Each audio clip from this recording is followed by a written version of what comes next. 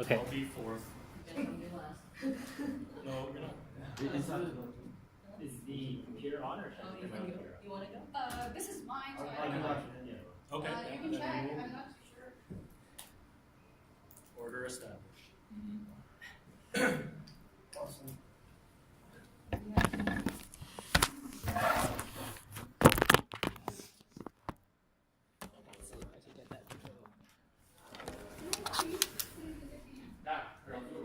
No gasping allowed. No, I won't. I have no reaction, no reaction. No reaction. Another thing I will always do for everyone who ever does a presentation for me is I'll give you feedback.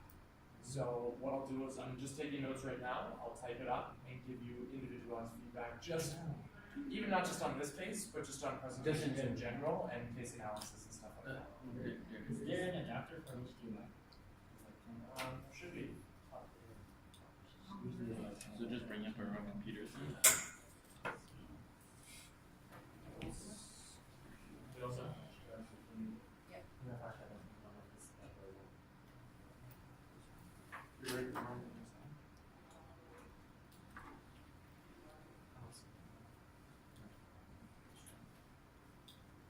I know SAFE restricts access to towers because of there's like an incident that happens. Yeah, we're just It's like memory or something. They do some straight up stealing the whole computer. That escalated. Are we allowed to present as if the only person in the audience is Andrea and just speaking to her? Yeah. Okay. That's how I would. I think there's some more. Yeah. Okay.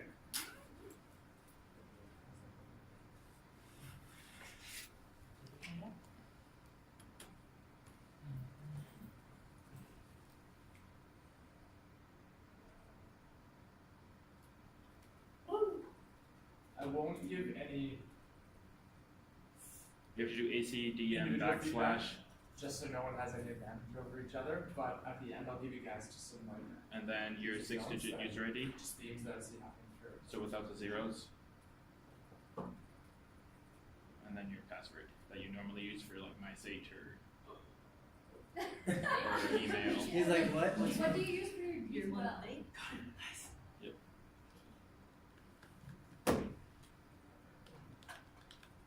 We have a VGA program, right? Yes.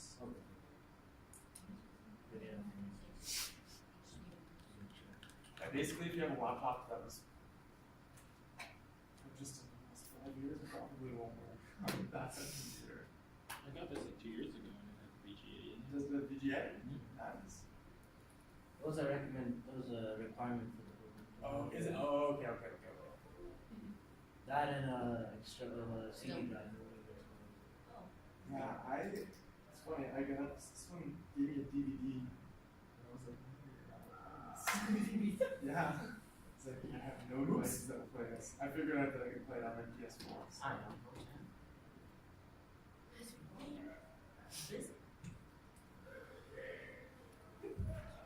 With that? Okay. Alrighty. Yeah, of course. Thanks.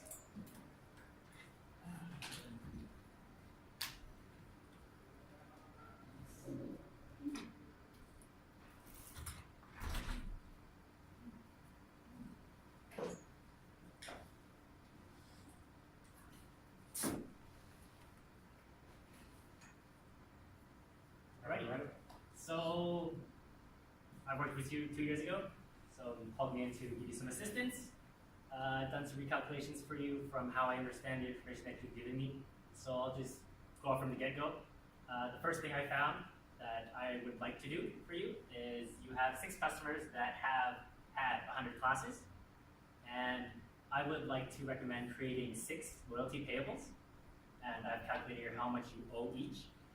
The idea is all 6 have total up to about $3,160 that you have to pay out.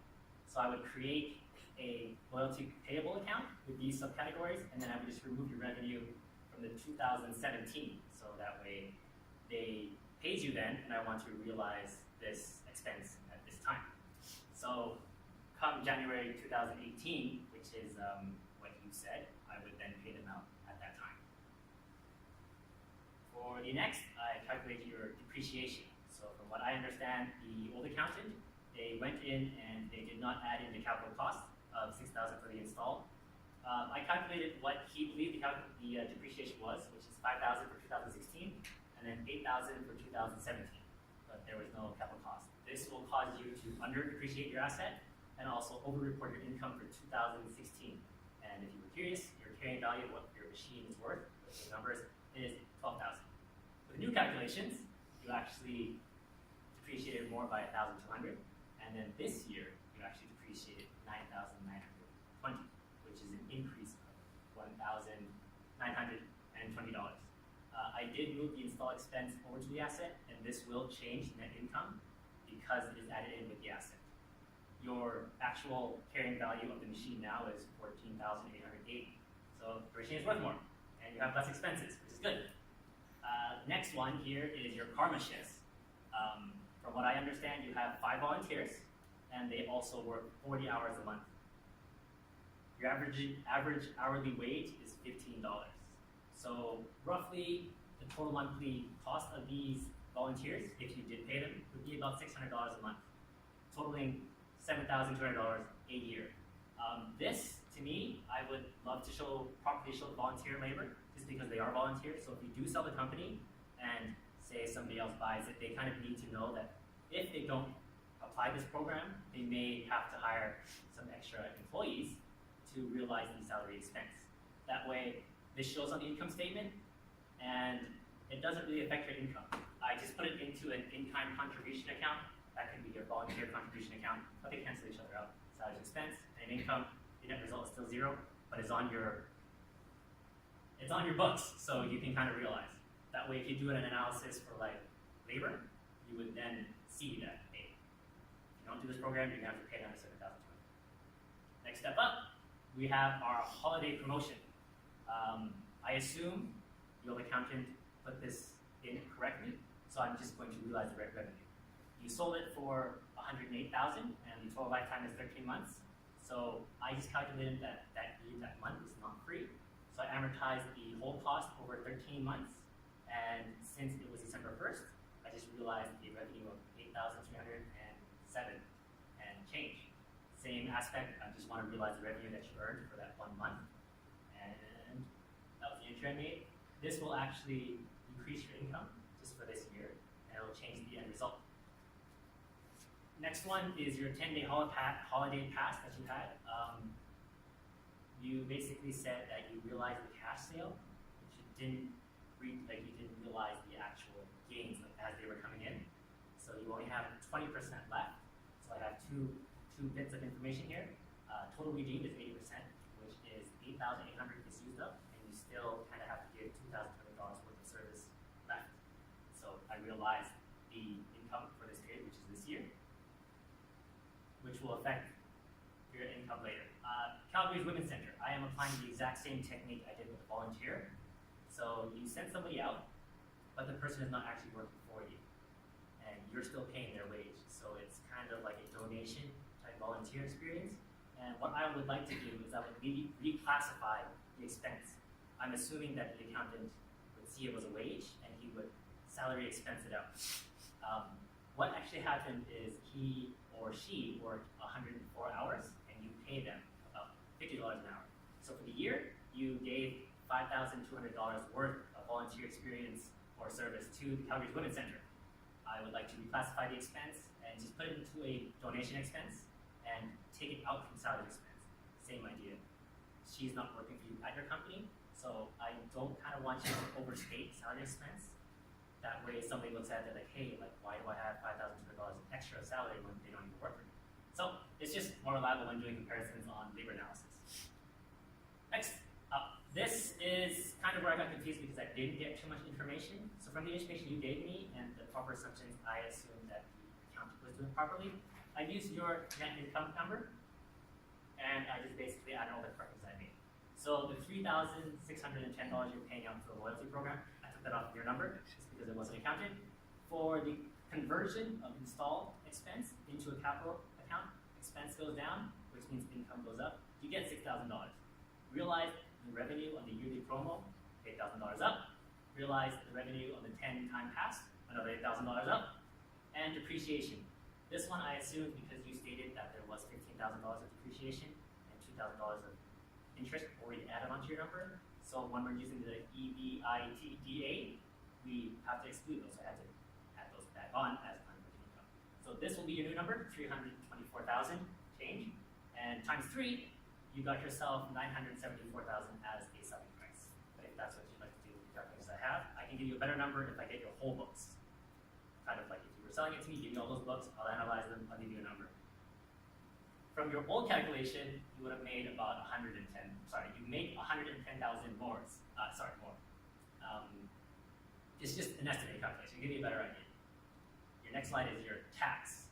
So I used the exact same number I just calculated, which excludes interest expense and depreciation expense. What I basically did is interest expense I assumed was the exact same.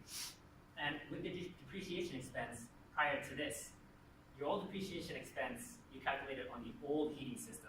So I basically recalculated the depreciation expense for the new system, and there was $7,000 not allotted for, since you listed $15,000, but you should have been only depreciating $8,000. So I'm assuming the $7,000 is on some other machine, so I did not touch that. I took the $9,000 and I added the $7,000 in, which gives you a depreciation of $16,920, and a correction for your prior year's depreciation will reduce your net income, and your net income before tax, after tax, and that's what you have after tax, the 228. Do you have any questions that you're confused about? Yes. Issue number 3, the camera shifts. Can you just jump back to that slide for a second? This one? Yeah. Nope, sorry, not that one. You had one adjustment where you both debited an expense and credited an expense. Debit and expense, credit and expense. Was it this? No, not that one. There were 2 expense accounts. Yeah. Yeah, 2 expenses. Is it expense? Donation expense and salary expense. Ah, yes. Correct. So, What? this one here. Yes, sorry. Walk me through the rationale behind both debiting and crediting expense. Doesn't that just offset each other to equal net zero impact? Yes, correct. So with this, I basically assumed that when the original accountant did it, he would have done salary expense to cash. And that would report that you're having more people working at your company at the current time. But we don't actually need that person working at our facility or your facility. So I just reclassified the expense, kind of like a readjustment. Okay. And instead of having it as a salary expense, since they're giving you a tax receipt, I'm just putting it as a donation expense. So I'm closing the salary expense account for what you paid, and I'm opening up a donation expense, or you can call it a volunteer expense. And then that way, when the income tax receipt comes in, you can then put it against towards that. You don't really have a net loss because it's a donation, and they are giving you a tax receipt. I'm just making sure that your salaries are not overstated. Would you consider reclassifying that salaries expense account to some kind of revenue or, a revenue account or sales revenue account?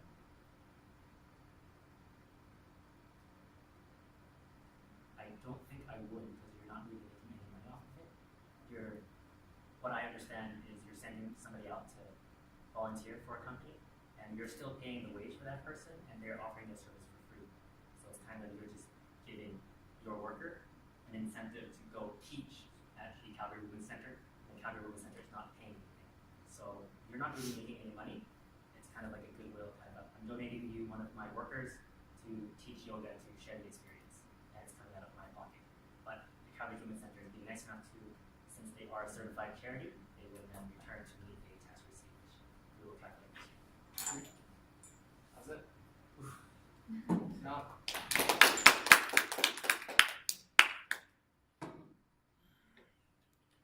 So many comments I want to give. This thing? Just so far what I've seen in general.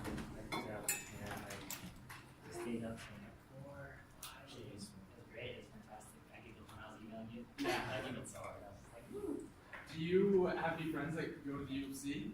No. I study with a group of 3 people, and we're all, well, I guess in our area, we're all like the 1%. Yeah. And I get a lot of help from teachers. Like guess. Like they didn't help me on this, but I get recommendations and they message me and Yeah. they usually give me like the hardest questions known possible that they can give me. But No, it's interesting. Just because